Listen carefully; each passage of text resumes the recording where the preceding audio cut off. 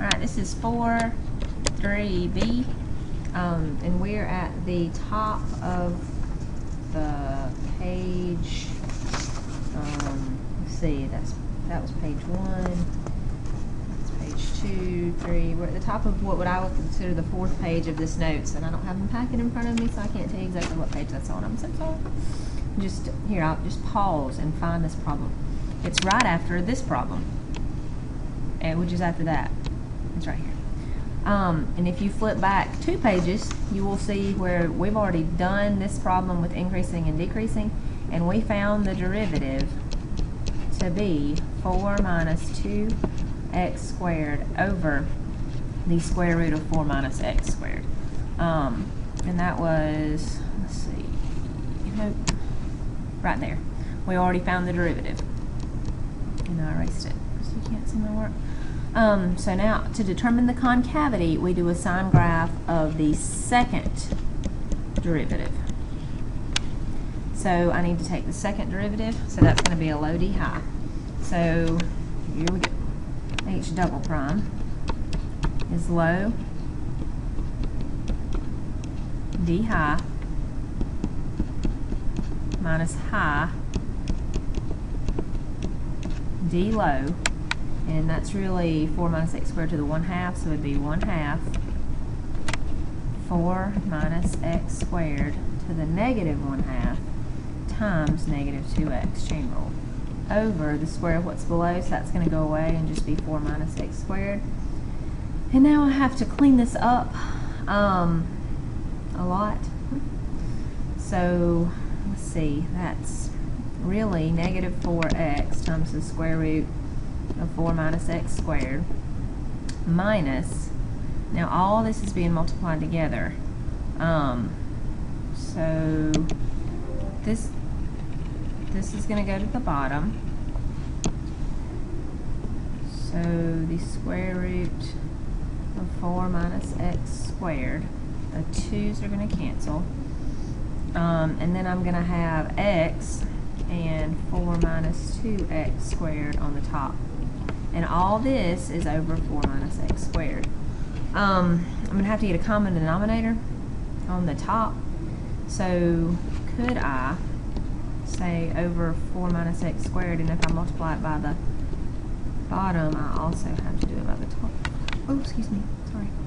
Let's see. For the record, I hate being in here by myself. So now I have these square roots go away. So it's negative 4x times 4 minus x squared over the square root of 4 minus x squared minus, that'll be, algebra 2, 4x minus 2x cubed. Oh, it keeps going. If I distribute this out, that would be negative 16x plus 4x cubed minus 4x plus 2x cubed. I did something wrong. What did I do? Low d highs, high d low. I lost a negative sign somewhere. Bam, there it is.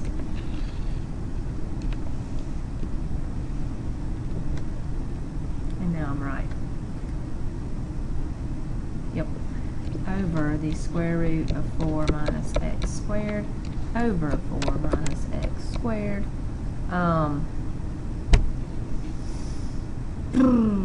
So, let's see. This is negative 16x. The calculus is not the hard part here, FYI. It's the algebra 1. Combining the like terms, negative 16x and 4x is negative 12x, and then 2x cubed, so 2x cubed minus 12x over 4 minus x squared. I'm going to go ahead and write this to the 1/2, divided by, or multiplied by the reciprocal, 1 over 4 minus x squared to the 1 or the 2/2. Guess what I'm going to do right there?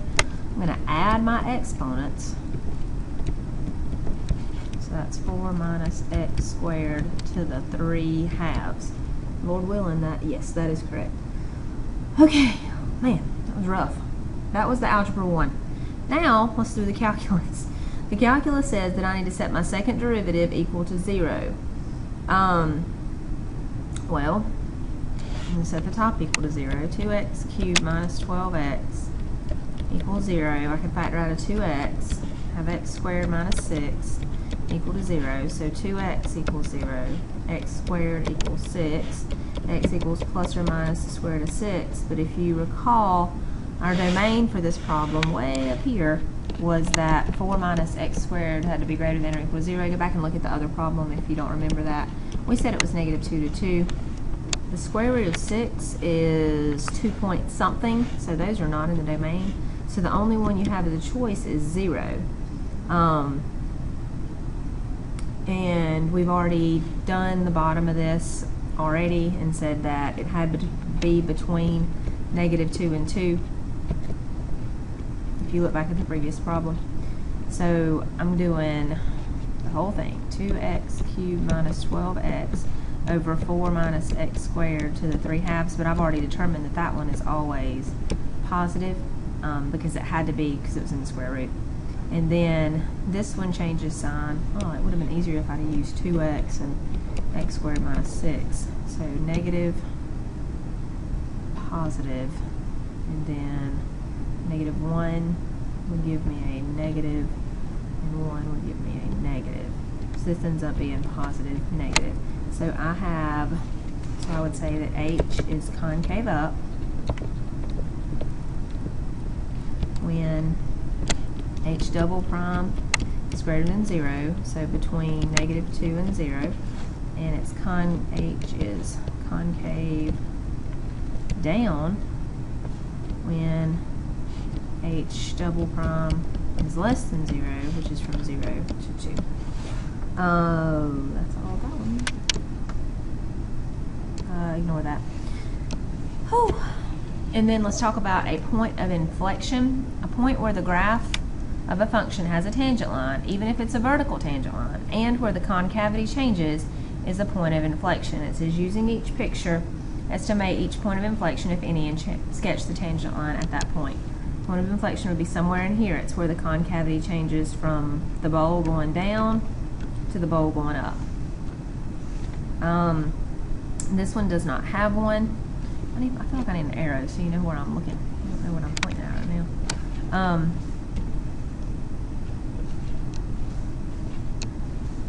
This one doesn't have one. This one, it looks like it's about right there. Let's see, somewhere in here it's going to change concavity. Maybe right there, and then again somewhere in here. And then this one has one about right there, and perhaps about right there. Yeah, you kind of have to see it, or you just have to see it. It says since points of inflection occur when the graph changes concavity, and a graph changes concavity when the second derivative changes from positive to negative. Even then, if we wanted to find the points of inflection, we only need to focus on when the second derivative equals 0 or does not exist. Important. Just because I have no idea why there's music notes after important. Dun dun dun. It's important. I don't know. Just because the second derivative equals 0 or does not exist, you are not guaranteed that the function has a point of inflection. The second derivative must change signs, meaning concavity changed, in order for a point of inflection to exist. These are the same two questions we've already done. So if you'll flip back a page, you'll see we've already done a sine graph right here with a 1 in the middle. If you'll flip back just one page, it's on the very back. And since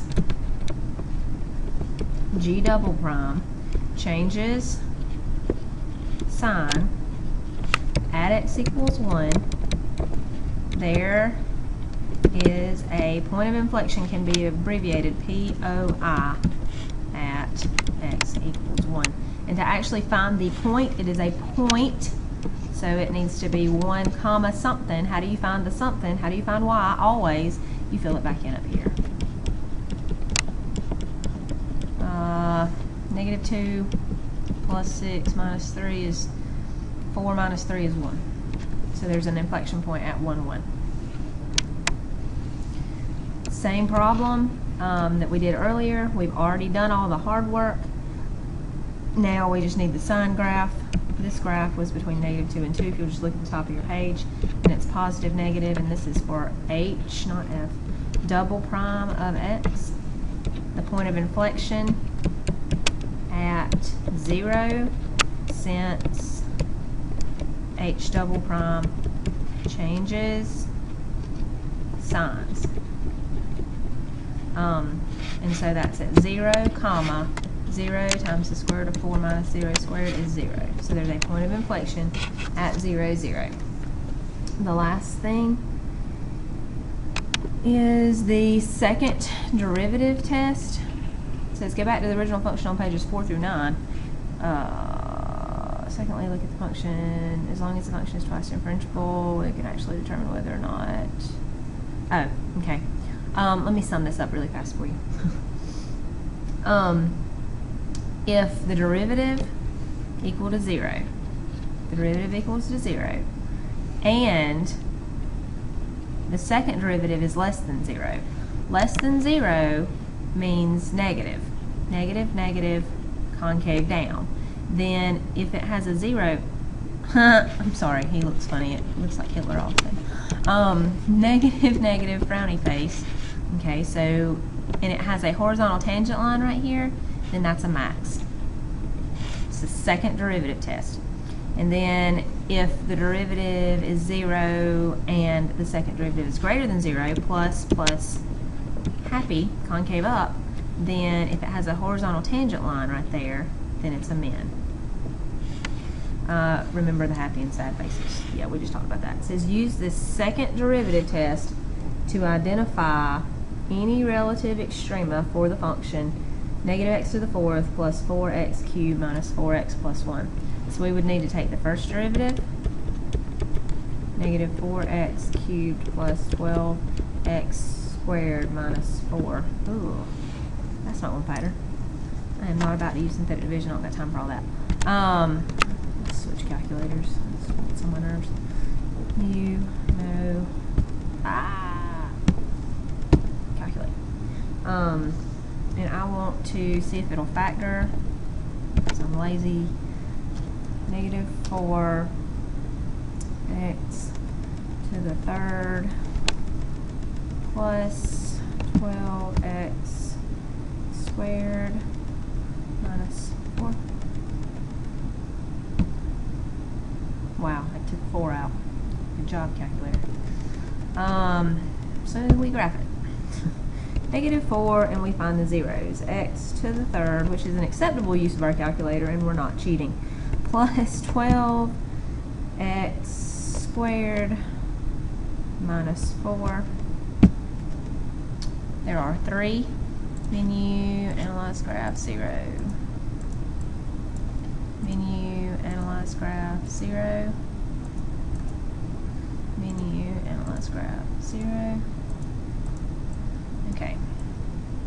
I'm going to copy this over.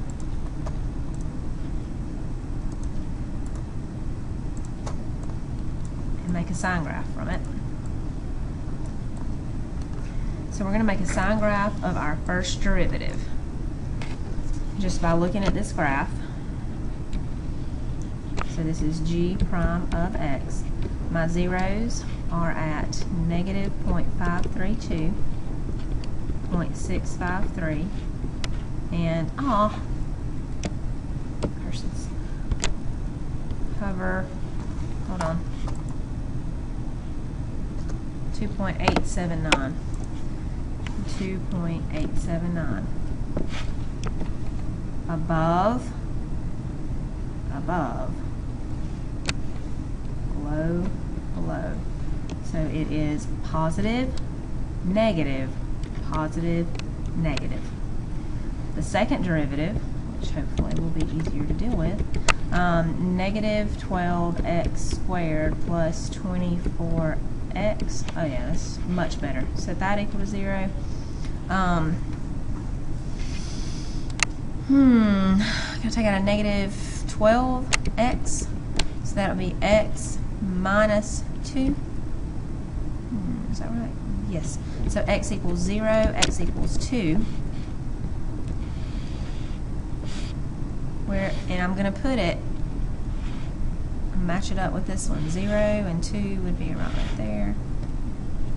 And I've got negative 12x and x minus 2. I'm going to erase this because it's in my way.